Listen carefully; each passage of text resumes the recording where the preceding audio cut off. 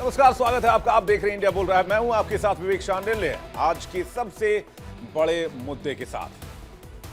वैसे तो हम सभी ये जानते हैं कि पाकिस्तान का झूठ हर बार पकड़ा जाता है, लेकिन पाकिस्तान फिर भी मुंह उठाकर पूरी दुनिया में झूठ बोलता है। दोस्तों, पाकिस्तान का झूठ एक बार फिर से बेनकाब हो गया है। और इसके साथ साथ मैं अगर यूं कहूं कि डोनाल्ड ट्रंप का झूठ भी बेनकाब हुआ है, तो इसमें कोई अतिशयोक्ति या गलत बात नहीं होगी। मई 2025 में ऑपरेशन सिंदूर स्ट्राइक, 10 मई 2025, याद होगा आपको, तस्वीरें भी याद होगी। और यह सच्चाई भारत ने पूरी दुनिया को न सिर्फ बताई बल्कि दिखाई सबूत के साथ। फिर भी पाकिस्तान मानने को तैयार नहीं। भारत ने नूर खान एयरबेस, जैकबाबाद और कायराना हिल्स समेत 11 सैन्य ठिकानों को, एयरबेसेस को सटीक निशाने पर लिया था, पिन पॉइंट एक्यूरेसी के साथ।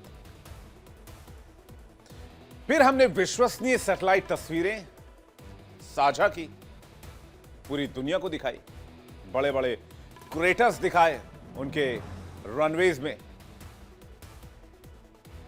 और जो ताजा जानकारी है वो ये है पाकिस्तान से कि पाकिस्तान अब तक इस नुकसान की भरपाई नहीं कर पाया, इन ठिकानों की मरम्मत नहीं कर पाया है। खुद पाकिस्तान के प्रधानमंत्री शहबाज शरीफ ने भी इस हमले को स्वीकार किया था। यह साबित करता है कि ऑपरेशन सिंदूर पाकिस्तान को पड़ने वाली एक ऐसी मार थी जिससे पाकिस्तान आज तक उबर नहीं पाया, और एक जिम्मेदारी से लिया गया फैसला और आतंकवाद को सटीक और कड़ा जवाब था। लेकिन फिर भी पूरी दुनिया में पाकिस्तान झूठ परोसता रहा। पाकिस्तान को पता है कि पाकिस्तान में मार पड़ी है, लेकिन पाकिस्तान अपने चेहरे को बचाने के लिए, अपनी आर्मी की इमेज को बचाने के लिए पूरी दुनिया में झूठ बोलता रहा, और आज वो झूठ एक बार फिर से एक्सपोज हो गया है। पाकिस्तान की बुनियाद हिली और पाकिस्तान अपने गड्ढे आज तक नहीं भर पाया। बात ऑपरेशन सिंदूर की है, कहानी ऑपरेशन सिंदूर की है। हमला बेहद सटीक था, कार्रवाई निर्णायक थी, नाम था ऑपरेशन सिंदूर। इस ऑपरेशन का मकसद था पाकिस्तान के आतंकवादी ठिकानों को नेस्तनाबूद कर देना। 7 तारीख को भारत ने एक्शन लिया। इसके बाद पाकिस्तानी सेना ने गुस्ताखी करने की कोशिश की। तब 10 तारीख को भारत ने बताया कि यह नया भारत है जहां ब्रह्मोस से जवाब जाता है। इसके बाद पाकिस्तान के एयर बेसिस को एक्सपोज करके पाकिस्तान के रनवेज को तबाह कर दिया गया, हैंगर्स को उड़ा दिया गया। एक एक करके 11 ब्रह्मोस ने पाकिस्तान के छक्के छोड़ा दिए। 6 महीने बीतने के बावजूद पाकिस्तान में अभी भी ये जख्म हरे हैं, जो पाकिस्तान को अपने इस घाव की याद दिलाते हैं, पाकिस्तान को तकलीफ देते हैं। अब तक पाकिस्तान के कई सैन्य ठिकानों की मरम्मत तक नहीं हो पाई, और ये कोई अफवाह नहीं है। इस सच्चाई को पूरी दुनिया सबूत के साथ देख रही है। भारत ने नूर खान एयरबेस, जैकबाबाद एयरबेस और कायराना हिल्स जैसे प्रमुख ठिकानों को निशाना बनाया था। खास बात यह है कि भारत ने पाकिस्तान के किराना हिल्स में बने न्यूक्लियर वेपन डिपो को भी सटीक हमले से क्षतिग्रस्त किया था, जिसके बाद अमेरिका तक सकपका गया था। तब जाकर अमेरिका की एंट्री हुई थी, जो एक दिन पहले तक यह कह रहा था ये भारत पाकिस्तान का मामला, वो आपस में देख लेंगे, इसमें बहुत ज्यादा दिलचस्पी लेने की जरूरत नहीं है। अगले दिन कहने लगा कि भारत पाकिस्तान में सीजफायर करा दी। नूर खान एयरबेस, जो पाकिस्तान के प्रमुख हथियारों की देखरेख करने वाली स्ट्रेटेजिक प्लान्स डिवीजन का मुख्यालय है, वहां पर हुए हमलों की वजह से अब तक वहां मरम्मत का काम अधूरा है। पाकिस्तान के प्रधानमंत्री शहबाज शरीफ खुद ये मान चुके हैं कि भारत ने नूर खान एयरबेस समेत कई महत्वपूर्ण सैन्य ठिकानों पर मिसाइलें दागी थी। ये भारत की सटीकता और रणनीतिक क्षमता का प्रमाण है। अब आते हैं सबूत पर। 9 आतंकी अड्डे तबाह हुए, 100 से ज्यादा आतंकी ढेर हुए, 155 पाकिस्तानी सैनिक मारे गए, 11 पाकिस्तानी एयरबेसेस डैमेज कर दिए गए, 6 सैन्य विमान गिराए गए, 70 से ज्यादा पाकिस्तानी ड्रोन मार गिराए गए, और एक PL-15 मिसाइल जो पाकिस्तान ने चीन से भाड़े पर लेकर भारत के ऊपर दागी थी, उसको भी हमने इंटरसेप्ट करके गिरा दी। भारत की कार्रवाई महज 88 घंटे तक चली थी। लेकिन इस 88 घंटे की कार्रवाई को पाकिस्तान 88 दिनों के बाद, 6 महीनों के बाद भी दुरुस्त नहीं कर पाया है। कुल मिलाकर 11 सैन्य ठिकानों पर निशाना साधा गया, जिसमें मुरीद के रफीकी, मुशाफ, भिलारी, कातरीम, सियालकोट और सुकुर भी शामिल हैं। ये सभी पाकिस्तानी सैन्य और आतंकवादी ढांचे के अहम हिस्सा माने जाते हैं। इधर थल सेना प्रमुख जनरल उपेंद्र द्विवेदी के बयान ने एक बार फिर पाकिस्तान को सोचने पर मजबूर कर दिया है, जिसमें उन्होंने कहा कि ऑपरेशन सिंदूर में जो हमने मीडिया को दिखाया वो केवल एक ट्रेलर था, जबकि पूरा ऑपरेशन लगभग 88 घंटे तक चला था। उन्होंने चेतावनी दी कि अगर पाकिस्तान ने हमें कोई मौका दिया तो भारत उसे यह सीख जरूर देगा कि पड़ोसी देशों के साथ किस तरह से व्यवहार किया जाना चाहिए। 1.0 तो देखिए, मैं तो ये कहना चाहूंगा कि मूवी शुरू भी नहीं हुई थी, सिर्फ एक ट्रेलर दिखाया गया था और ट्रेलर के बाद 88 घंटे में वो ट्रेलर खत्म हो गया था। तो आगे आने वाले हालात कैसे होंगे, ये इसके बारे में हम पूरी तैयारी करके बैठे हुए हैं, और अगर कोई ऐसा हमें मौका देता है पाकिस्तान, तो हम उसको भरपूर एक शिक्षा प्रदान करना चाहेंगे उसको कि कैसे एक जिम्मेवार नेशन को अपने पड़ोसियों से बिहेव करना चाहिए। अब आपको बताते हैं आखिर ऑपरेशन सिंदूर हमने क्यों शुरू किया है। उद्देश्य यह था कि पहलगाम में हुए आतंकी हमले का बदला लेना, जवाब देना और पाकिस्तान में आतंकवादी बुनियादी ढांचे को नष्ट करना। कार्रवाई शुरू हुई 6 से 7 मई के दरमियानी रात को 2025 की, जो कि पहलगाम हमले के लगभग 2 हफ्ते बाद की गई थी। कार्रवाई हुई, भारतीय वायुसेना ने पाकिस्तान और पाक अधिकृत कश्मीर पीओके में 9 आतंकवादी ठिकानों पर एयर स्ट्राइक की। इस हमले में ड्रोन और मिसाइल जैसी तकनीक का इस्तेमाल किया गया, जिससे दुश्मन के रडार को चकमा दिया गया और सटीक निशाना लगाया गया। परिणाम यह हुआ कि ऑपरेशन में 9 आतंकी ठिकानों को तबाह कर दिया गया और 100 से ज्यादा आतंकवादी मार गिराए गए। ऑपरेशन के दौरान सभी भारतीय पायलट सुरक्षित लौटे, सैनिक सुरक्षित लौटे। ऑपरेशन को जानबूझकर रात में अंजाम दिया गया ताकि नागरिकों को नुकसान ना हो और आतंकवादियों को सटीक निशाना बनाया जा सके। इंटरनेशनल मैसेज यह गया कि भारत अपने लोगों की सुरक्षा के लिए, आतंकवाद से बदला के लिए कदम उठाएगा। मजबूत संदेश गया कि भारत अपने नागरिकों की रक्षा के लिए दृढ़ संकल्पित है। ऑपरेशन सिंदूर ने साबित कर दिया था कि भारत आतंकवाद और उसकी जड़ें काटने में किसी भी कीमत पर पीछे नहीं हटेगा और किसी भी आतंकवादी हमले का जवाब, जिसमें जो भी जिम्मेदार होगा, चाहे वो सीमा के इस पार हो, चाहे वो उस पार ही क्यों ना बैठा हो, जवाब जाएगा, चाहे वो कहीं भी बैठे हो, दुनिया के किसी भी कोने में बैठे हो। और इसके साथ साथ पाकिस्तान ने दावा किया कि पाकिस्तान ने भारत के ऊपर बड़ी रणनीतिक कामयाबी और सैन्य कामयाबी हासिल की, लेकिन पाकिस्तान की झूठ और पाकिस्तान की अफवाहें बार बार बेनकाब हुई। भारत की सटीक और जिम्मेदार सैन्य कार्रवाई ने आतंकी अड्डों को करारा जवाब दिया।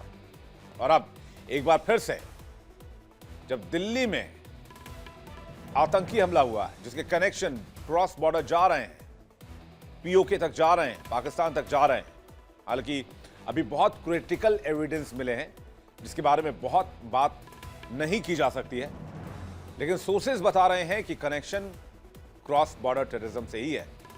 तो फिर क्या वो जवाब देने की तैयारी आ गई है? और क्या पाकिस्तान का झूठ एक बार फिर से बेनकाब हुआ है, क्योंकि पाकिस्तान के सैन्य बेसिस अभी तक, एयर बेसिस अभी तक रिपेयर नहीं किए जा सके। हमारे साथ कर्नल दिनेश नैन जुड़ रहे हैं, रक्षा विशेषज्ञ। स्वागत है सर आपका। हमारे साथ कर्नल जय सोनी जुड़ रहे हैं, विदेश मामलों के जानकार, रक्षा विशेषज्ञ। स्वागत सर आपका। अभिषेक खरे हमारे साथ जुड़ रहे हैं, बहुत बहुत स्वागत है अभिषेक खरे जी आपका। और हमारे साथ पाकिस्तान से वरिष्ठ पत्रकार, senior journalist, senior anchor doctor Sajjad Bukhari हमारे साथ जुड़ रहे हैं। डॉक्टर सज्जाद बुखारी जी, बहुत बहुत स्वागत है आपका भी, और दर्शक आपका भी बहुत बहुत स्वागत है। इरशाद अहमद पाकिस्तान से हमारे साथ PMLN के नेता लाइव जुड़ रहे हैं, उनका भी स्वागत करते हैं, उनके पास भी चलेंगे। लेकिन पहला सवाल डॉक्टर सज्जाद बुखारी से। बुखारी साहब, एंटीसिपेशन तो है पाकिस्तान में कि भारत कार्रवाई करेगा, लेकिन अभी मैंने सुना कि वो पिछला वाला ही घाव नहीं भर पाया है। जो कार्रवाई हमने 10 तारीख को की थी और 6 और 7 के दरमियानी रात को की थी। विवेक जी, आदाब अर्ज है। कर्नल दिनेश जी को भी मेरा बहुत आदाब अर्ज है। वो बहुत कम होते हैं, मिस करते हैं हम उनको। और बिल्कुल आपने अपने इंट्रो में, अपने इब्तदाइये में ऑपरेशन सिंदूर का जिक्र किया। तो मैं तो आपको ये कहता हूं कि आप अपनी सेना को, बल्कि अपनी जो सरकार है, मोदी सरकार, उनको समझाएं कि उन्होंने एक सिंदूर, जो हम उसको कलंक कटिका कहते हैं, वो उन्होंने ऑपरेशन करके पूरे मुल्क की, पूरे हिंदुस्तान की न सिर्फ सुबकी की, बल्कि अपनी जो आर्म फोर्सेस हैं उनका मोराल डाउन किया। उनको अपनी जाती सियासत और बलि चढ़ाया। उन्होंने अपनी उस आइडियोलॉजी की बलि चढ़ाया जिसके तहत उन्होंने गांधी से लेकर अब तक जो भी धंधे किए हैं हिंदुस्तान के अंदर। तो ऑपरेशन सिंदूर के हवाले से सबसे पहले मुझे ये बताएं, इतनी कंफ्यूजन आपके स्टेट के अंदर मौजूद है, आपके बयानिए में मौजूद है। कभी आप कहते हैं ऑपरेशन सिंदूर जारी है, फिर आप कहते हैं ऑपरेशन सिंदूर 2 है, फिर आप त्रिशूल को भी काफी अरसे तक, बल्कि आपके पैनलिस्ट भी त्रिशूल जो ज्वाइंट, जो आपकी मिलिट्री एक्सरसाइज है, या जो आपकी तीनों जो सर्विसेज हैं उनकी एक्सरसाइज को आपने त्रिशूल ऑपरेशन का भी नाम दिया। नाम आप जो भी दे दें विवेक जी, ठुकाई भरपूर अंदाज से होगी। जिस तरह आपकी एयरफील्ड्स हमने तबाह की, जिस तरह आपकी ब्राह्मोस की फैक्ट्रियां हमने उड़ा दी, जिस तरह 8 हाँ सब तबाह, कुछ नहीं बताया, यहां कुछ बचा ही नहीं है। प्लेन, हिंदुस्तान में एक भी इमारत नहीं बची, आप लोगों ने ऐसा अटैक किया था। हम तो टेंट में रह रहे हैं, हमारे घर ही नहीं है, हमारे सारे घर खत्म हो गए, नेस्तनाबूद कर दिया पाकिस्तान ने पूरे हिंदुस्तान को। हम टेंट में रह रहे हैं। हमने अभी यूएन में गुहार लगाई, हमें कुछ पैसा मांगा, हमने बोला कुछ दो, हमें कुछ खाने के लिए पैसा नहीं है। अभी तो मैं हमने बोला ब्रेड दे दो, थोड़ा कुछ बिस्किट विस्किट पहुंचा दो।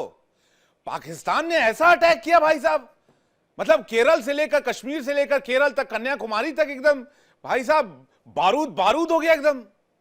क्या वाह, क्या मतलब, क्या कमाल का एक्शन लिया आपने। मतलब ये स्टूडियो भी बहुत मुश्किल से मैं यहां से भी लाइव कर पा रहा हूं, मुझे लगता है ये भी आप लोगों की रेंज में होगा एकदम। विवेक जी, हालत आपकी इससे भी ज्यादा खराब होनी थी, इससे भी ज्यादा पतली होनी थी। अच्छा, अगर अच्छा, आप हाँ, अपने हाँ। अब्बू के नहीं, पास ना जाते, ये टेंट भी उड़ा देते आप, ना जाते, इतना इतना प्रिसाइज आपके पास हथियार, ये टेंट भी उड़ा देते जिसमें हम रह रहे हैं। अगर आप अब्बू के पास ना जाते ना कि अब्बू बचाओ पाकिस्तान ठुकाई कर रहे हैं, तो यकीन जाने आपकी हालत हम इतनी पतली कर देती कि फिर आपकी राधा जो है वो सिर्फ मुंबई में नाचती थी बस। फिर आपके पास कुछ नहीं बचना था। अच्छा, अपने मुंह से अब्बू कहते हैं, कुछ नहीं बचना था। अच्छा, अपने मुंह से डोनाल्ड ट्रंप को अब्बू कहते हैं, आप हमारे अब्बू के पास ना जाते तो चलिए ठीक है, कम से कम मान तो रहे हैं बुखारी साहब, नया अब्बू मिला इनको, मतलब रिपीट हुआ है, पुराने वाले वापस आए हैं। आवाज मिल रही है मेरी आपको? विवेक जी, आपकी ऑडियो नहीं आ रही है। मेरी आवाज शायद उन तक नहीं जा रही। मैं दिनेश नैन सर का एक जल्दी से रिएक्शन चाहूंगा, और पीएमएल से हमारे साथ इरशाद अहमद भी जुड़ गए, और मैं चाहूंगा कि वो एविडेंस वाली जो तस्वीरें स्क्रीन पर पीसीआर वो लगातार रखे, पहले की और अब की तस्वीर जब भारत ने ऑपरेशन सिंदूर किया था। दिनेश नैन का एक रिएक्शन चाहूंगा इस पर। दिनेश नैन सर। देखिए विवेक, सज्जाद का मतलब आप जानते ही हैं कि जब ये बोलते हैं तो भी आगे पीछे को बेस ज्यादा होता नहीं है। अब इन्होंने कह दिया कि ऑपरेशन सिंदूर के दौरान ये 2.0 क्या है। अब इनको समझाना पड़ेगा कि हर ऑपरेशन के फेज होते हैं। पहले फेज में हमने कुछ कार्रवाई की और फिर पॉज कर दिया कि भाई सुधर जाओ। अब इसके बाद में अगर नहीं सुधरे तो दूसरा फेज शुरू होएगा। तो उसमें ऑपरेशन सिंदूर के बारे में ये कहना कि वो 2, 3, 4, 5, तो वो नासमझी है, उसको समझना जरूरी है। तीसरा, एक वो है, एक साइमन साहब हैं जो कि दुनिया के एक्सपर्ट माने जाते हैं विवेक, जो सैटेलाइट की तस्वीरों के अंदर जो इंटेलिजेंस है उसको रिसर्च करने के लिए, उसको फर्स्ट हैंड इंफॉर्मेशन देने के लिए, ठीक है, ओपन सोर्स है। और उनकी जो रिपोर्ट्स आई हैं, अगर मैं सज्जाद भाई को उनके बारे में बताऊं, वो देखना चाहें तो ऑनलाइन देख सकते हैं। उन्होंने कहा कि भाई ऐसा भूत बनाया भारत ने, इनके इतने ज्यादा नुकसान किया, नूर खान एयरबेस से लेके जितने भी एयरबेस आपने गिनाए, सियालकोट हो चाहे जकोबाबाद हो, जहां पे भी ले लो आप, बुरे हाल हैं। अभी तक इनके पास, पहली बात तो पैसा ही नहीं है, चीन ने देना बंद कर दिया, सऊदी अरब भी नहीं दे रहा, अमेरिका लारे दे रहा है कि पहले बगराम एयरबेस लाके दो तो पैसे देंगे, तो पैसे भी नहीं है। 6 महीने से ज्यादा टाइम हो रहा है, इनके अभी तक एयर स्ट्रिप के गड्ढे नहीं भरे। वो बड़ी मुश्किल से एक एयर स्ट्रिप जो है नूर खान बेस की, वो अमेरिका ने कहा कि उनको भी अपना कुछ इज्जत बचानी है, क्योंकि जहां पे आपने ब्रह्मोस मारी थी वो गलती से वो न्यूक्लियर कमांड सेंटर अमेरिका का था, इनका नहीं था। तो वहां पे भी कुछ डैमेज हुआ था। ये जो F-16 इनके उड़ाए गए, तोड़े गए, उसके पार्ट्स लेके आ रहे थे उनके जो है ग्लोब मास्टर्स के अंदर रख रख के चुपचाप से, ताकि दुनिया में बता दें भाई F-16 को कुछ नहीं हुआ, नहीं तो बिकने बंद हो जाएंगे। और जकोबाबाद के अंदर जो उसने बताया है कि वहां पे तो अभी तक हैंगर के ऊपर रिपेयर चल रही है, रिपेयर नहीं हुआ है वहां तक पूरा। तो इस और ये हालत के देखिए ना, अंदर मैंने अगर इनकी ये रहीम यार खान कंडीशन है एयरबेस, विवेक, दिनेश नैन सर तो मैंने समझ लगा में दिया, विजुअल लगा दिया है मैंने, पहले और बाद की सैटेलाइट इमेजेस भी मैंने लगा दिए, ताकि दिल में कोई शको सुबह ना रह जाए। और मैं चुनौती देना चाहता हूं, बुखारी जी भी पत्रकार हैं, जर्नलिस्ट हैं, इन्वेस्टिगेटिव जर्नलिज्म भी करते होंगे, उनके कुछ मित्र भी होंगे जैसे भारत में, अब दूसरे देशों में भी होंगे, वो मुझे कोई ऐसा विजुअल दिखा दें जो इंडियन एयरबेसेस के हों। चले हमारे टेंट के ही दिखा दें जहां मैं इन दिनों रह रहा हूं, जो हाँ, उन्होंने अपनी मिसाइल से हमारे जो घर वर को नेस्तनाबूद कर दिया था सजाद बुखारी जी ने। मैं ये विजुअल इसलिए दिखा रहा हूं क्योंकि इनके गड्ढे अभी तक भरे नहीं है, जैसे कि दिनेश नैन साहब कह रहे थे। मुझे टाइम दे दें क्योंकि मेरे पास गेस्ट बैठे हैं, फिर मैं आपको क्विट कर जाऊंगा। नहीं, आप बिल्कुल आपको टाइम देंगे। नहीं आप, मैं बिल्कुल मुझे अभी टाइम दे दें, मेरे पास नहीं, आपके तो आजकल अमेरिका से गेस्ट आ रहे हैं भाई साहब, मैं समझ सकता हूँ, बहुत कीमती गेस्ट हैं हमारे, पूरी दुनिया से गेस्ट आ रहे हैं। नहीं, अमेरिका से गेस्ट आ रहे हैं भाई साहब। ये देखे कितने गेस्ट बैठे हैं, ये देखे। हाँ नहीं, मैं समझ रहा हूँ, ये सब यूएस से आए डोनाल्ड ट्रम्प के खास लोग। फिर भी अरशद भाई आपको पोस्ट नहीं मिल रही, पीएमएल में कोई पोस्ट नहीं दे रहा आपको अभी तक, वैसे ही घूमे जा रहे हैं अपने गेस्टों के साथ में। कर्नल साहब कोई ढंग की बात करो तो कम से कम आपको कोई पोजीशन तो मिल जाएगी, और नून लीग में कुछ तो ले लो।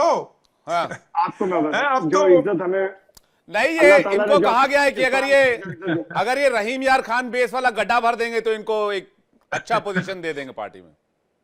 चले, अब मैं आप मुझसे थोड़ा टाइम दें, मैं आपसे बात करूंगा। देखें, आप सजाद बुखारी साहब से भी, आप कर्नल साहब भी बड़ी सजाद बुखारी साहब से आप बड़ी बातें कर रहे थे। देखें, पहले तो ये है कि आप कहते हैं कि जी आपने कब्जा कर लिया, आपने तोड़ फोड़ कर दी, मेरा नूर खान एयरबेस तबाह कर दिया, खड्डे बना दिए। मुंह आप छुपा रहे हैं, वजीर आजम आपका बेशर्मी की वजह से छुपा हुआ है।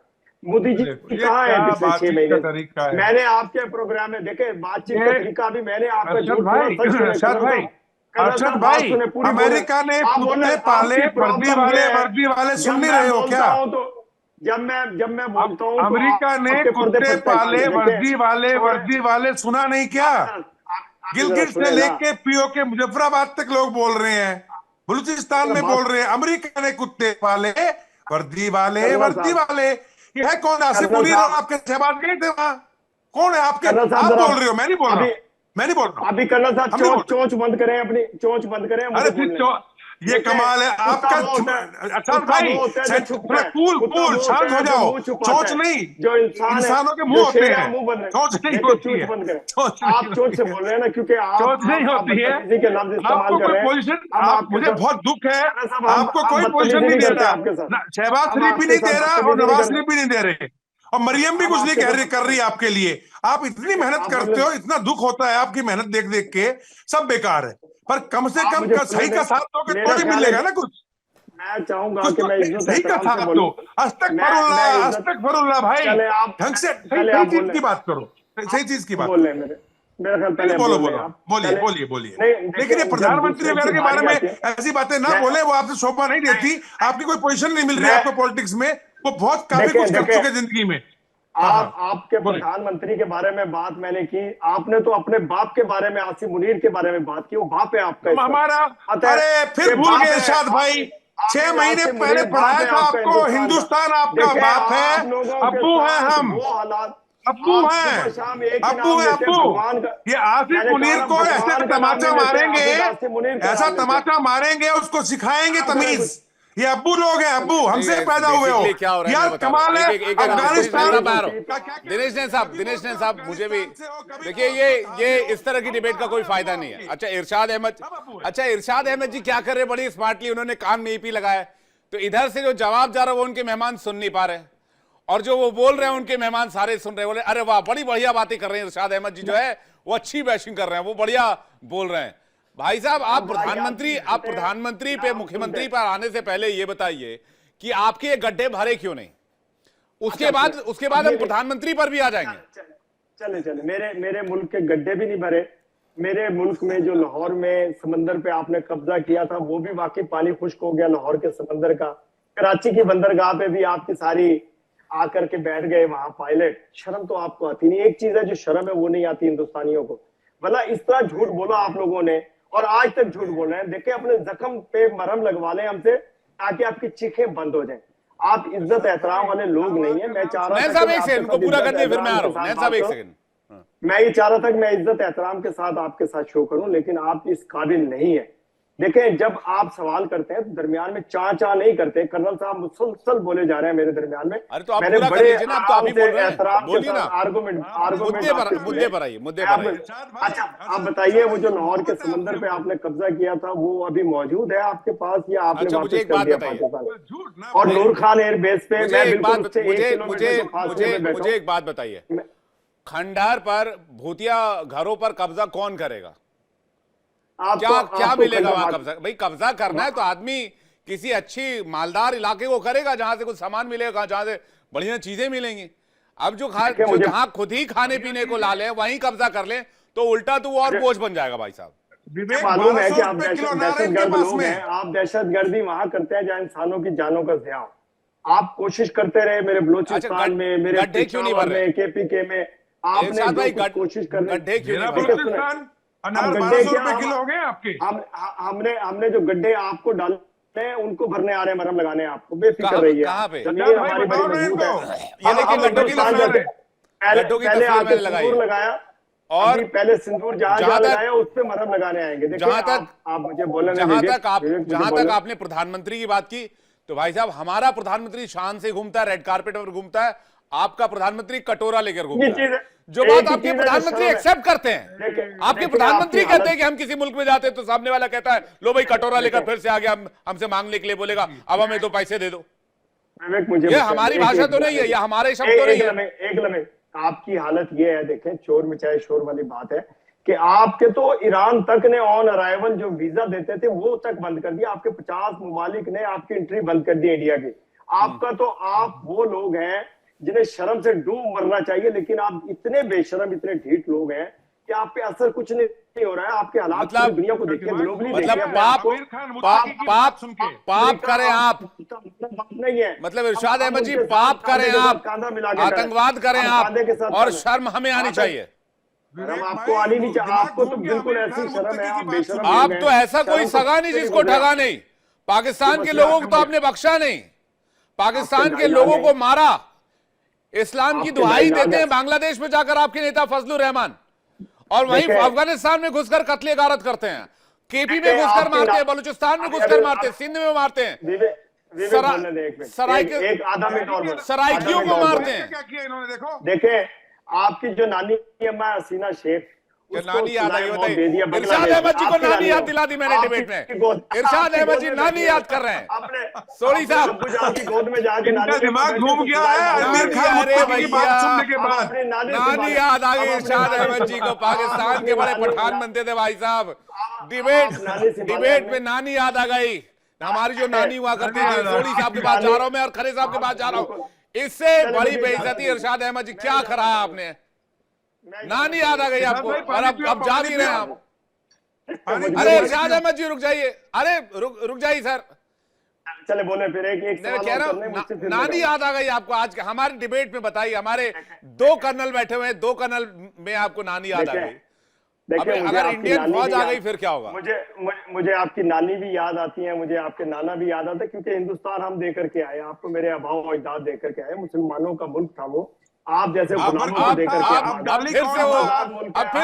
फिर से आगे अब एटॉमिक पावर है और आपके अब्बा जान चलिए कम से कम आपको नानी याद दिला दी आज के डिबेट में। फिर मुलाकात होगी आपसे। जी सोली साहब कुछ कहना चाह रहे हैं, उसके बाद में खरे साहब मैं आपके पास। सोली साहब, पाकिस्तान अपनी गलतियों को, जय हिंद सर, जय हिंद, आपका जवाब सर। विवेक जी, ये मेरा सौभाग्य कि मैं आपकी न्यूज चैनल में हूं, विख्यात को पैनलिस्ट के साथ हूं। क्या पाकिस्तान सुधरेगा? पाकिस्तान नहीं सुधरेगा, क्योंकि इसको समझने के लिए हमें इतिहास में जाना पड़ेगा। 1971 में जब भारत ने पाकिस्तान को युद्ध में हराया और पाकिस्तान के 2 टुकड़े किए, उसके अगले महीने 24 जनवरी 1972 को पाकिस्तान के मुल्तान शहर में कॉन्फ्रेंस हुई, जिसे मुल्तान कॉन्फ्रेंस के नाम से जाना जाता है, जिसकी अध्यक्षता तब पाकिस्तान के वजीर आजम जुल्फिकार अली भुट्टो ने की। इस मुल्तान कॉन्फ्रेंस में पाकिस्तान के भविष्य के लिए 3 अहम निर्णय लिए गए। पहला, पाकिस्तान परमाणु हथियार बनाएगा।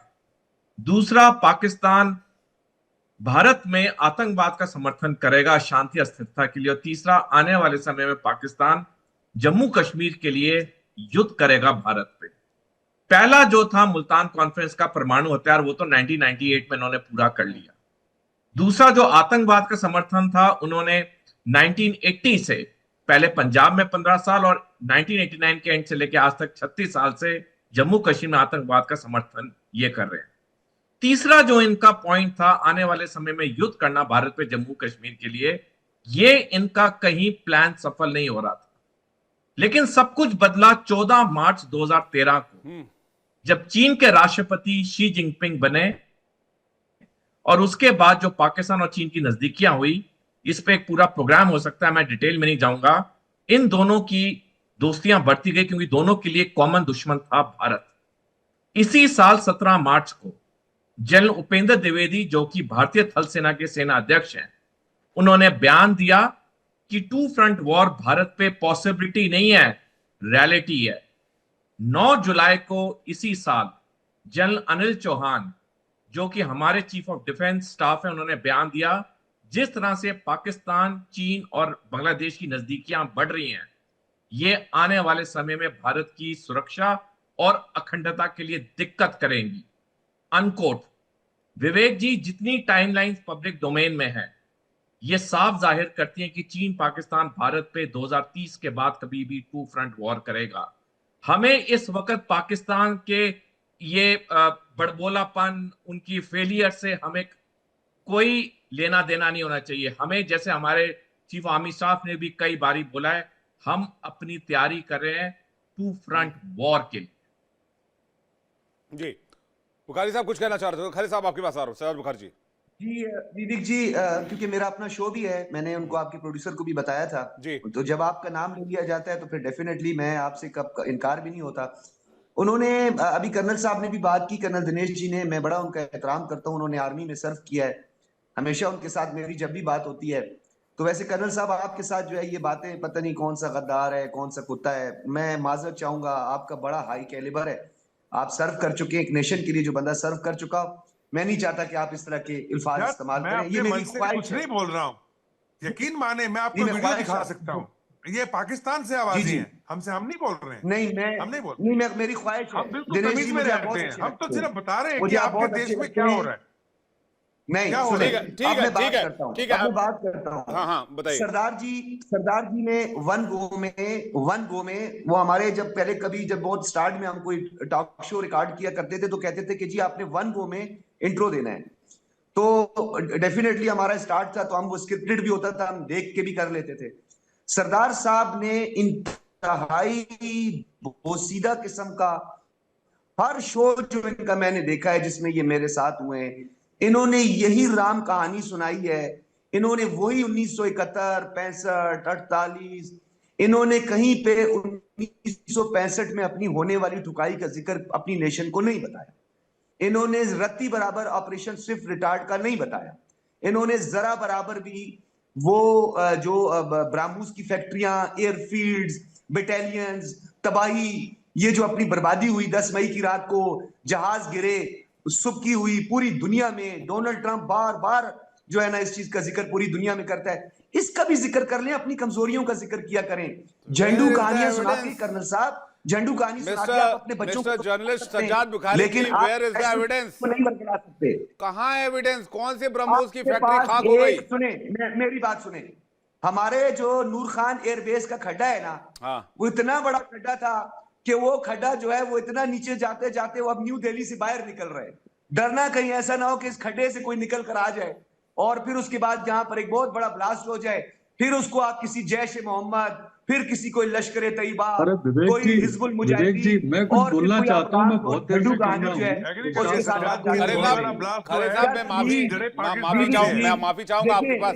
आने में थोड़ा सा वक्त लगा, 1 मिनट और पूरा कर ले, फिर मैं आ रहा हूँ बस। हाँ जी सुने, क्योंकि मैंने जाना है, बिल्कुल बोले, आप बिल्कुल बोल सकते हैं, ये आपका हक है।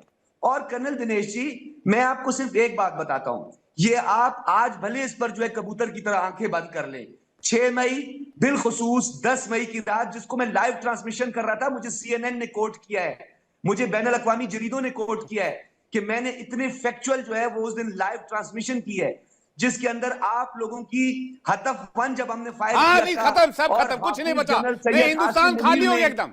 आप लोगों के डर से सारे हिंदुस्तानी जाके श्रीलंका में बैठ गए, हमने पूरा इलाका खाली कर दिया। नहीं, खत्म। सजाद बुखारी जी, एक आदमी, पाकिस्तान की कार्रवाई का डर ऐसा था कि सारे हिंदुस्तानी नेपाल और वहां चले गए श्रीलंका। नहीं, आपके मिसाइल और फाइटर जेट्स तो ऐसे मंडरा रहे थे भारत के ऊपर कि उसकी कल्पना ही नहीं की जा सकती। अरे भाई जी, ये आपका एक स्याब आप है। अरे भाई साहब, मोदी की फेंकिए, लेकिन इतना मत फेंकिए। आपके टेलीविजन पर फेंका जाता है, हमारे यहाँ नहीं फेंका जाता है, हमारे यहाँ नहीं फेंका जाता है। हामिद मीर आपके हैं, फेंक के आपने इतना फेंका भाई साहब। ख्वाजा आसिफ आपका रक्षा मंत्री है, आपने जो है पूछा जाता फेंकने की हद पार कर दी। अभिषेक खरे जी कुछ कहना चाह रहे हैं आपको? अभिषेक खरे जी, अभिषेक खरे जी, नहीं साहब, इसके बाद मैं चाहता हूं कि मैं 2 मिनट फैक्ट पे बात करूं। बुखारी साहब, मैं चाहता हूं कि उससे कोई लेना देना नहीं पाकिस्तान का। इरशाद साहब थोड़ा सुने। भाई साहब, पूरे हिंदुस्तान ने, पूरी इंडियन आर्मी ने फैक्ट दे दी, दिखा दी, उससे कोई मतलब ही नहीं है। यहाँ बात फेंका फेंकी की हो रही है। कौन कितना बड़ा फेंक सकता है? फैक्ट पे बात, दो पाकिस्तानी गेस्ट आए थे, बुखारी जी और इरशाद अहमद में कंपटीशन हो गया, कौन कितना बड़ा फेंकेगा, कितना लंबा फेंकेगा। वो कुछ और फेंकेगा, ये पीछे से फेंक रहे हैं, उससे लंबा मैंने फेंक दिया कि हिंदुस्तान खाली हो गया। मेरा कहना है कि मैं इनको फैक्ट भारत पाकिस्तान के नहीं, मैं इनको फैक्ट विदेशी विशेषज्ञों के बताना चाहता हूँ। सबसे पहले मैं बुखारी साहब सुनिए जरा। बुखारी साहब, मैं आपको बताता हूँ, एक बहुत बड़े विशेषज्ञ हैं टॉम कूपर, जो ऑस्ट्रिया के हैं, भारत पाकिस्तान के नहीं है, ऑस्ट्रिया के रक्षा विशेषज्ञ हैं। विशेष तौर पे वायुयान जो युद्ध होता है, फाइटर युद्ध होते हैं, उसके बहुत बड़े विशेषज्ञ हैं। वो एशिया और अफ्रीका के। उन्होंने जैसा ही ऑपरेशन सिंदूर हुआ था, उसके बाद अपने फैक्ट के आधार पर बता दिया था कि ये इंडियन आर्मी की एक बहुत ही क्लियर विक्ट्री है ओवर पाकिस्तान। ये भारतीय विशेषज्ञ ने नहीं बोला, पाकिस्तानी ने नहीं बोला, ऑस्ट्रिया के रक्षा विशेषज्ञ ने बोला स्पष्ट तौर पे। और उन्होंने साथ में स्पष्ट तौर पे बताया कि किस तरह से प्रिसीजन स्ट्राइक करी भारतीय सेना ने, किस तरह से कोऑर्डिनेशन किया, और फर्स्ट स्ट्राइक में ही पाकिस्तान की जो डिफेंस क्षमता थी, H-29 था आपका, उसे नष्ट कर दिया था पूरी तरह से। और आपका जो प्रेसिडेंट ये कह रहा है कि 7 ओपन हो गया था भारतीय फाइटर प्लेन के लिए, और इसके बाद आप ओपन तरीके से भारतीय फाइटर प्लेन ने आपके 9 से 11 एयरबेस को नष्ट किया, बड़े आराम से, लगातार। ये मैं नहीं कह रहा हूं, ये टॉम कूपर कह रहे हैं, आप जाके नेट पे देखिए, सारी जानकारी मिल जाएगी।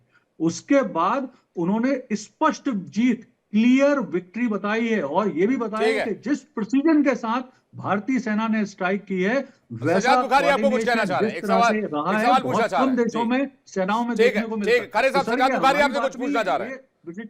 मैं सिर्फ एक बात कहना चाह रहा हूं कि इन्होंने एक रेफरेंस कोट कर दिया, और उस रेफरेंस के तहत इन्होंने उनका नाम लेके उन्होंने डोनाल्ड ट्रंप, जो कि एक सुपर पावर का प्रेसिडेंट है, वो बार बार आपको मिर्चें दे रहा है, डोज है, 7 ब्यूटीफुल प्लेन शट डाउन, एक beautiful plain shut down. Trump taco, सुने, ट्रम्प ऑलवेज एक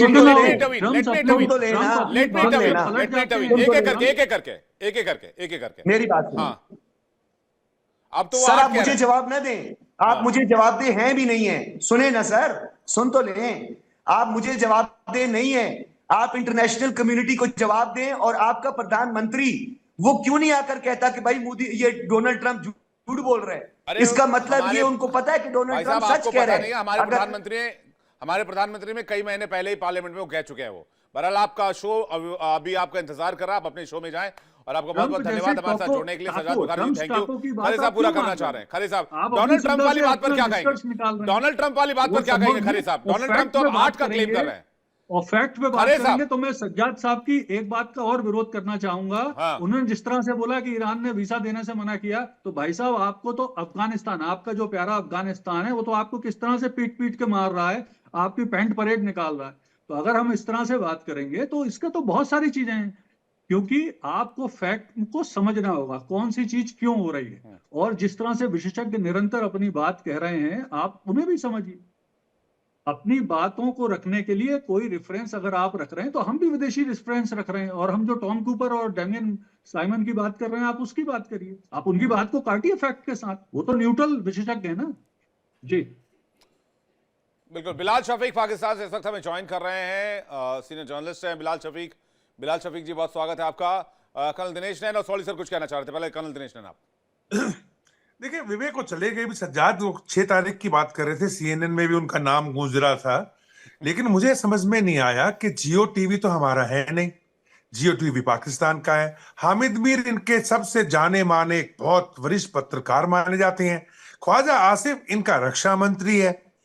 फिर 7-8 तारीख को जब उससे ये सवाल हामिद मीर पूछ रहा था कि भाई आप कहते हो कि भारत के तैयारे या ये फाइटर एयरक्राफ्ट आप लोगों ने लॉक कर दिए। हाँ हाँ 10 किए थे, 10। तो उन्होंने दूसरा सवाल पूछा, अगर आपने 10 लॉक किए थे तो 5 ही क्यों मारे, 10 क्यों नहीं उड़ाए, लॉक तो सारे हो गए थे। तब वो बोलते हैं मैं करने लग पड़े। फिर उनसे सवाल पूछा गया, आपको बताया किसने कि ये भारत के जो तैयारे हैं या फाइटर एयरक्राफ्ट हैं गिराए गए हैं? तो उनका जवाब ये था विवेक, बिल्कुल बेशरम तरीके से, एक रक्षा मंत्री कभी नहीं कह सकता जिम्मेवार होकर के ये सोशल मीडिया से देख करके आए हैं। तो जो जिनका रक्षा मंत्री सोशल मीडिया देखता हो, वो पत्रकार साहब कह रहे हैं CNN में उनका नाम गूंज रहा है, तो काश ये थोड़ा सा ख्वाजा आसिफ को भी एजुकेट कर देते कि भाई मेरे पास ज्यादा इंफॉर्मेशन है। ये डमी थे हमारे, इनका ऐसा बेवकूफ बनाया हम लोगों ने, ये लोग खुश हो गए। और फिर वो कह रहे थे, दूसरा एक पॉइंट और बोलूंगा जाते जाते, ये कह रहे थे कि हमारे अब हम अब्बू के पास गए, उनके अब्बू के पास, जिसको ये आजकल अब्बू बना के बैठे डोनाल्ड ट्रंप को। नहीं, आपका DGMA अपने अब्बू हमारे DGMA के पास आया था भाई, और जो रिकॉर्ड है, कॉल रिकॉर्ड्स हैं। तो ये क्यों इस तरह की बातें करके जनता का बेवकूफ बनाते हैं और अपने लिए और मुसीबत खड़ी कर रहे हैं? मैं बस इतना कहना चाहता हूं। Basically Pakistani army face saving की कोशिश कर रही है। वो डमीज मारे, उन्होंने कह दिया हमने रियल मारे, हमने डमीज इसलिए उड़ाए थे ताकि हम उनके एयर डिफेंस को खोल सकें, उनके एयर डिफेंस लोकेट कर सकें, HQ-9 जिन्होंने चाइना से लिया था। फैक्ट तो ये विवेक 15 PL-15 मिली है हमको, 15 PL-15 जिंदा। बिल्कुल। तो ये बेसिकली वहां की आर्मी की एक फेस सेविंग कोशिश है कि उनकी जो वो जो इमेज बनी हुई है, या फिर वो जिस चीज के लिए जाने जाते हैं, वो देश में सबसे ऊपर काउंट होते हैं, उसको धक्का ना लगे, उसको चोट ना पहुंचे और पाकिस्तान की आवाम की नजरों से ना गिर जाए। मैं सोडी साहब का एक जवाब चाहूंगा, उसके बाद में खरे साहब आपके पास और बिलाल शफीक आपके पास आ रहा हूं। सोडी साहब। विवेक जी, डिफेंस एनालिस्ट सर्कल्स में माना जाता है कि जो भी किसी डिस्कशन या टीवी शो पे शोर शराबा करता है उसे कुछ नहीं पता होता है, क्योंकि वो अपनी लैक ऑफ नॉलेज को अपनी आवाज से दबाना चाहता है। जो इंसान रिसर्च करता है, जो इंसान असलियत और आंकड़ों पे बात करता है, कभी वो दूसरे पे चिल्लाता नहीं, क्योंकि उसे अपनी नॉलेज पे पूरा कॉन्फिडेंस होता है। पाकिस्तान से जो 2 मेहमान आए थे, जिस तरह से वो चिल्ला रहे थे, चीख रहे थे, ये साफ दिखाता है उन्हें कुछ नहीं पता था। अपने झूठ को हमारे देश में और अपनी आवाम को, क्योंकि आपका चैनल वहां भी देखा जाता है, ये सिर्फ एक भ्रम में डालना चाहते थे। दूसरी चीज, मैं आपके चैनल से अनुरोध करूंगा, ये दोनों जो पाकिस्तान से मेहमान आए थे, इन्हें कपिल शर्मा कॉमेडी शो में जरूर भेजिए, क्योंकि वहां पे ये बहुत सफल होंगे। क्योंकि जिस तरह से ये बार बार झूठ बोल रहे थे, अगर हम कोई भी मानी हुई किताब खोलें, कोई भी माना हुआ पब्लिकेशन खोलें, दोनों जो पाकिस्तान से मेहमान आए थे उन्होंने एक शब्द भी सच नहीं बोला, लेकिन चिल्ला बहुत रहे थे, चीख बहुत रहे थे। जैसे मैंने पहले कहा, जो इंसान पढ़ाई लिखाई से खोखला होता है वही चिल्लाता है, वही चीखता है। नहीं, लेकिन क्या ये पाकिस्तानी आर्मी की फेस सेविंग, क्योंकि दुनिया भर में, दुनिया को तो पता है कि ऑपरेशन सिंदूर में क्या हुआ, 6 से लेकर 10 मई तक क्या हुआ। पाकिस्तान के लोगों को पता ना चले इसलिए पहले बता दो कि हम जीत गए, हमने बनियानुर शुरू किया था वो जीत गए, हमने उनके बेसिस को खत्म कर दिया, हमने ब्रह्मोस के डिपो नष्ट कर दिए, हमने अपने आर्मी चीफ को फील्ड मार्शल बना दिया, और अब उससे भी ऊपर में फील्ड मार्शल को संवैधानिक पद दे दिया, उसमें भी हमने अमेंडमेंट कर दिया। ये आनंद फानन में बैक टू बैक इतने फैसले क्यों लिए गए? क्योंकि बस पाकिस्तानी आर्मी का चेहरा बच जाए, राइट सोढ़ी साहब? विवेक जी, मैं 2 मिनट चाहूंगा इसके ऊपर खुलासा करने के लिए। इसमें कोई शक नहीं कि भारत को ऑपरेशन सिंदूर में भारी सैनिक विजय मिली। ये 5वां सैनिक मुठभेड़ था भारत और पाकिस्तान का 1947 से लेके मई 2025 तक, और 5 बार हम पूर्ण रूप से सैनिक तौर पे विजय हुए। लेकिन इंफॉर्मेशन वॉरफेयर में हम 2 कदम पीछे रह गए, जिसका भरपूर फायदा पाकिस्तान ने उठाया। जो उन्होंने प्रेस कॉन्फ्रेंस की, जो उन्होंने इंटरनेशनल मीडिया को बुलाया, उन्होंने 99% झूठ बोला, लेकिन क्योंकि उन्होंने पहल की, जैसे कहते हैं आर्टिलरी में फर्स्ट सैल्वो इफेक्ट, वैसे ही होता है फर्स्ट ट्वीट इफेक्ट या फर्स्ट आर्टिकल इफेक्ट। पाकिस्तान ने क्या किया, झूठ इतना पहले वक्त से बोला कि उन्होंने अंतर्राष्ट्रीय कम्युनिटी को कुछ और दिखाया, जबकि सैनिक तौर पे वो हारे थे। दूसरी चीज जो आपका क्वेश्चन का मेन पार्ट है कि ऐसा क्या है कि असीम मुनीर को फील्ड मार्शल बनाया गया, 27 कॉन्स्टिट्यूशनल अमेंडमेंट के तहत उसे आजीवन उसको चीफ ऑफ डिफेंस फोर्सेस और गद्दी पे बैठने के लिए दिया गया। इसका जवाब है कि चीन ने यह सब करवाया, क्योंकि चीन और पाकिस्तान मिलकर भारत पे 2 फ्रंट वॉर करेंगे। मेरे को 2 मिनट बोलने देना प्लीज। देखिए, चीन में जब शी जिनपिंग राष्ट्रपति बने, उन्हें पता था उनके पास बेशुमार पैसा, वक्त आ गया अपने सैनिक लक्ष्य पूरे करने का। उन्होंने 2018 में चीनी कॉन्स्टिट्यूशन में तबादला किया और अपने आप को आजीवन राष्ट्रपति बना दिया। लेकिन उन्हें कोई पाकिस्तान से कोई मिल नहीं रहा था जो पाकिस्तान की पैरवी करे अपने जंगों के लिए, जो 3 जंग लड़ने हैं। पहला ताइवान के लिए, दूसरा स्पार्टा आइलैंड्स के लिए, और तीसरा हमारे अरुणाचल प्रदेश के लिए। ऑपरेशन सिंदूर के बाद शी जिनपिंग को फील्ड मार्शल असीम मुनीर में वो व्यक्ति दिखा जो वो बहुत दिन से तलाश रहा था, और तभी उसे फील्ड मार्शल बनाया गया। कॉन्स्टिट्यूशन का 27 अमेंडमेंट किया गया, क्योंकि जो पहले 2 जंग चीन लड़ेगा स्पार्टा आइलैंड और ताइवान के लिए, उससे पाकिस्तान की बहुत जरूरत होगी। मलक्का डिलेमा को साइड में करने के लिए सीपेक का इस्तेमाल होगा, और तीसरा जो जंग होगा वो 2 फ्रंट वॉर होगी, जिसकी चेतावनी हमारे सेना अध्यक्ष ने इसी साल 17 मार्च को दी है। तो ये जो असीम मुनीर के साथ हो रहा है, ये मेथड इन मैडनेस है, यानी कि पागलपंती में एक तरीके से चीजें खेली जा रही हैं 2 फ्रंट वॉर को नजर रखते हुए और चीन के 3 सैनिक लक्ष्य को मद्देनजर रखते हुए। मैं इस पर बिलाल शफीक जी का रिएक्शन चाहूंगा, वो इस पॉइंट ऑफ व्यू से, और अमेरिका और पाकिस्तान और चीन के इस जो जिस तरफ इशारा कर रहे हैं सोढ़ी साहब, उस पर उनका क्या टेक है? फिर खालिद साहब आपके पास आ रहा हूं मैं। है यार, ये सारे जो मेरे रिस्पेक्टेड गेस्ट हैं, मैंने इनकी बात सुनी, और वो सरदार जी बैठे हैं। हमने खुद जलंधर से माइग्रेट किया था, तो मेरी तो वैसे इंसानियत पे बिलीव करता हूँ, मैं सबके रिस्पेक्ट करता हूँ, लेकिन जो हमारे सरदार जी हैं, मेरे लिए खास दिल में उनके लिए एक एहतराम है। लेकिन रिक्वेस्ट मेरी यही होगी कि आप मुझे 2 मिनट बोलने दीजिए। अगर उन्होंने बड़ी अच्छी बात की कि अगर इंसान की रिसर्च हो ना, वो चीखता नहीं है, लेकिन अगर दूसरी तरफ से डिस्ट्रप्शन है तो फिर बंदा बोलता है। अभी ये कह रहे हैं हमने चीन और 2 फ्रंट वॉर लड़नी है, पाकिस्तान को भारत को चाइना से भी खतरा है और भारत को पाकिस्तान से भी खतरा है। लेकिन ये चाइना ने जो आपके साथ ओकलाम में और गालवान में ये 2 आपके डिस्प्यूट हुए हैं, मेरा ख्याल है 10 सालों के अंदर अंदर, अगर मैं गलत नहीं हूँ, क्योंकि मैं खुद IR का स्टूडेंट हूँ, उसमें आप लोगों की बोलती बात करती। और ये मैं नहीं कहता, ये परवीन सहवानी है जो आपके डिफेंस एनालिस्ट हैं, ठीक है। अब आप माने या ना माने, आप उनके यूट्यूब पे चले जाएं, और उनका एक रिकॉर्ड है कि वो माजी में आपके सिक्योरिटी फोर्सेस को भी सर्व कर चुके हैं। तो चाइना ने आपको क्या थ्रेट देना है? आप तो चाइना के आगे, चाइना आप पे डोमिनेट कर चुका है, इसलिए चाइना और आपका कोई कंपैरिजन नहीं है। ऑनेस्टली बता रहा हूँ, चाइना बहुत आगे की चीज है, ये मेरी एक राय है। जहां तक ये बात कर रहे थे कि मलाका डेलिमा, तो चाइना को डाइवर्सिटी चाहिए अपने एनर्जी रूट्स के लिए। तो अगर उसको मलाका से डेलिमा कि वहां कल को कोई नेवल फोर्सेस आ जाती हैं, उसकी एनर्जी की सप्लाई रुक जाती है, तो वो सीपैक और के जरिए अगर अपना डाइवर्सिफाई रूट करता है, अपने वेस्टर्न रीजन से करता है, तो मेरा ख्याल है यार इंडिपेंडेंट नेशन का राइट है।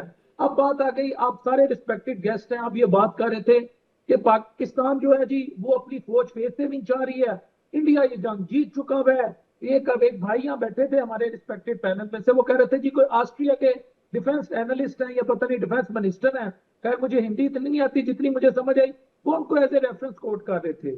मैं वैसे आपको एक बात बता रहा हूँ, आपका जो मीडिया है मेरे लिए रिस्पेक्टेड है, जर्नलिस्ट है, मेरी कम्युनिटी से है, चाहे बॉर्डर के इस तरफ हो या इस तरफ हो। उन्होंने तो मोदी को भी गिरफ्तार कर दिया था, उन्होंने कराची पोर्ट पे भी हमला करवा दिया, लाहौर में इंडियन आर्मी घुस गई थी, पिंडी में घुस गई थी। और आप ही के एक सीनियर जनरल ने अभी मेरा ख्याल है हफ्ता या 2 हफ्ते हुए हैं, उन्होंने कहा कि इंडियन मीडिया ने इंतहाई झूठ बोला।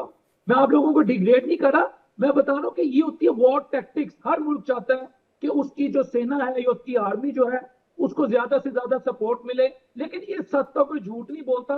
कि मुनीर, एक मुझे वो खातून है, मुझे वैसे उनको मेरा सलूट है, उन्होंने जिस कॉन्फिडेंस से कहा ना, अरे मुनीर गिरफ्तार हो गया, मुनीर गिरफ्तार हो गया, मैं 2 मिनट सर पकड़ के बैठा रहा कि इस बीबी को, इस खातून को, she is like my sister, मेरी उनके लिए दुआएं, अल्लाह ताला उनको कामयाबी दे, जर्नलिस्ट है, मजीद आगे बढ़े। लेकिन मैं 2 मिनट सोचता रहा, इनको जर्नलिस्ट बनाया किसने है?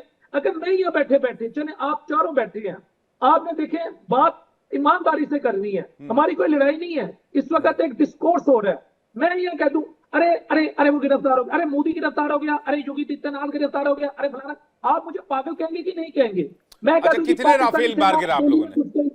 अच्छा, आप झूठ नहीं बोलते, आपने कितने राफेल गिरा ये बताइए।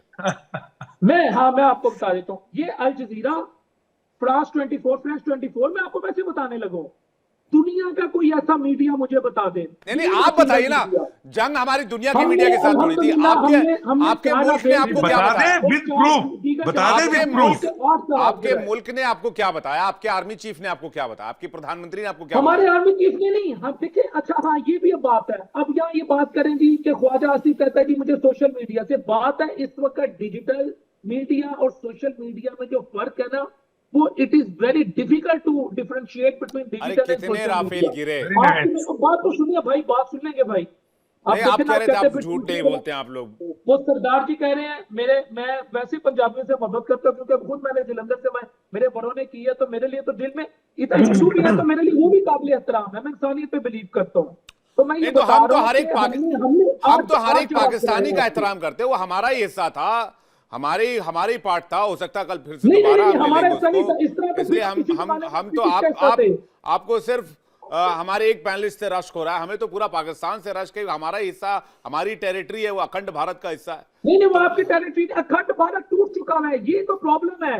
जिस वक्त इधर आपके वो आए थे ना वाजपेयी साहब, वो ये फलसफा तो बीजेपी लेके चलती है ना। बात नहीं देगा। अच्छा, आप सच, मैं कुछ बोलना चाहता हूँ। खरे साहब आ रहे वापस से, खरे साहब आपको कुछ कहना चाहते हैं? अब आपको खरे साहब कुछ बताना चाहते हैं, बहुत रिस्पेक्टेड जर्नलिस्ट हैं। बिलाल साहब अभी इससे पहले सज्जाद साहब बोल के गए, इरशाद साहब बोले, सबने बोला बहुत बढ़िया और फैक्ट, और आपने सच बहुत सारा बोला। मैं कुछ चीजें फिर से रिपीट करना चाहता हूँ। पहली बात तो ये है कि अगर आपके यहाँ कोई प्रॉब्लम ही नहीं है, सेना सारे युद्ध जीत जाती है, वो फील्ड मार्शल बन गए हैं मुनीर साहब, तो बलूचिस्तान में प्रॉब्लम क्या है? केपीके में प्रॉब्लम क्या है? पीओके में प्रॉब्लम क्या है? मतलब वो अगर सब कुछ आपके यहाँ बढ़िया चल रहा है तो उन्हें प्रॉब्लम क्या है? और सब जीत ही जाते हैं। तो दूसरी बात मेरा ये कहना है कि अगर आपके यहाँ इकोनॉमी बढ़िया चल रही, इतनी बढ़िया चल रही है इकोनॉमी, तो दुनिया भर से लेने की जरूरत क्यों पड़ती? आप क्यों झुक रहे हैं? आप मोदी जी जैसे, अगर अमेरिका के सामने भारत खड़ा है, ऐसा क्यों खड़े नहीं हो पा रहे हैं? तीसरी चीज, अगर हम बात करें कि निरंतर आंदोलन चल रहे हैं पूरे इस समय, अगर आप पाकिस्तान में देख लें किस हिस्से में आंदोलन नहीं चल रहे हैं, और इवन आपका इस समय चाइना के साथ भी बहुत अच्छे संबंध नहीं चल रहे हैं, तो प्रॉब्लम कहीं ना कहीं तो है। और सबसे बड़ी चीज ये है कि आप अपनी अब आर्मी, एक बार आप बात करते हो इजराइल के खिलाफ, इजराइल को मान्यता नहीं देते हो, अब इजराइल के पैसे लेके आप गाजा में सेना बनने जा रहे हो, उनकी तरफ से रक्षा करने जा रहे हो। आप वही लोग हो जो जॉर्डन में गए थे और आपने गाजा के लोगों को ही मारा, फिलिस्तीन के लोगों को ही मारा। तो झूठ की जब बात होगी तो आपको वो एक्सपोज कहीं ना कहीं होंगे आप।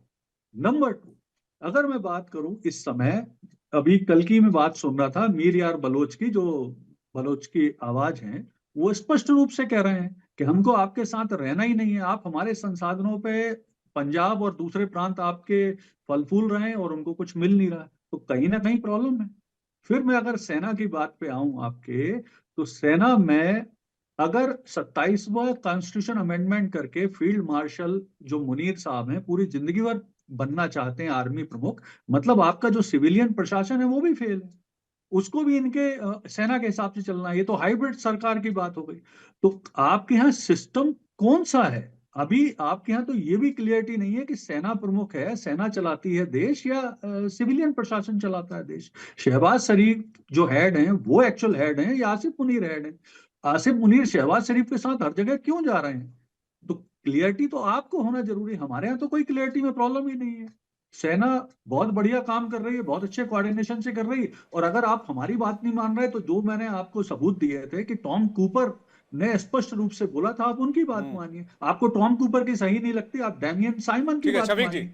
अगर आपको इनकी किसी की भी सही नहीं लगती तो फिर तो ऐसा है कि जो आप बोले, नहीं, जो अब मैं आपकी आपको इसका आवाज है, जवाब जिस दे तरह से दूं, मैं आपको नैरेटिव जवाब दे आपको दूं। चाइना ने मैं पैसे दे आपको दे के आंसर पूरी कर दुनिया में देता हूँ। ठीक है नैरेटिव आपका फैलाया शफीक है, जी। वही मैं आंसर चलता कर देता रहेगा हूँ। जी। ये जो भी साहब का नाम है सर, मैं आपको आंसर कर देता हूँ। देखें, जहां तक बात है ना बलूचिस्तान की, बलूचिस्तान में इस वक्त इंटरनेशनल पॉलिटिक्स हो रही है, डर्टी पॉलिटिक्स हो रही है। क्यों?